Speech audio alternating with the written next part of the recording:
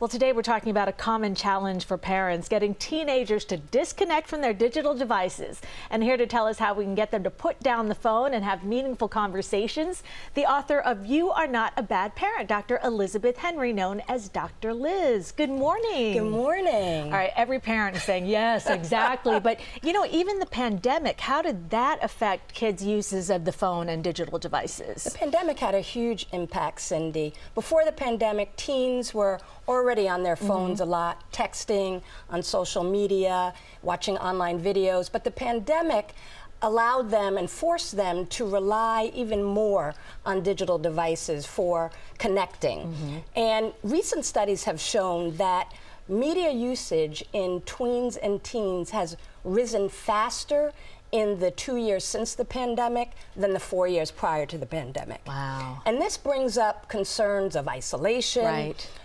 Decrease in learning, as well as the potential for addiction in phone usage.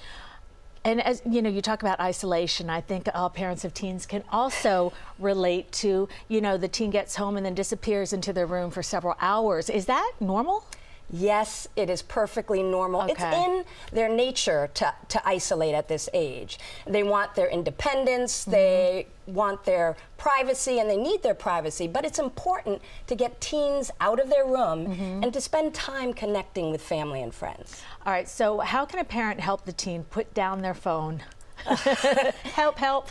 The first thing to do is to have open, honest conversations with them about digital usage, and also do that without lecturing, and use yourself as a role model and limit your phone usage as well. And it's important that if they're using their phones near them when they're doing homework, to encourage them to turn off their notifications and turn on their do not disturb. But it's key for sleep to create a rule not to use your phone 1 hour before bedtime and to keep all devices out of the room overnight. And that's because that blue light and all that stimulating content really disrupts the sleep pattern. That's so important, and I'm glad you brought up that the parent needs to show that behavior, because I look at myself and I say, I need to put my phone down more often. All right, finally, how do we know when your child is addicted and it's a problem? That's a complicated issue, since teens use their phones for everything.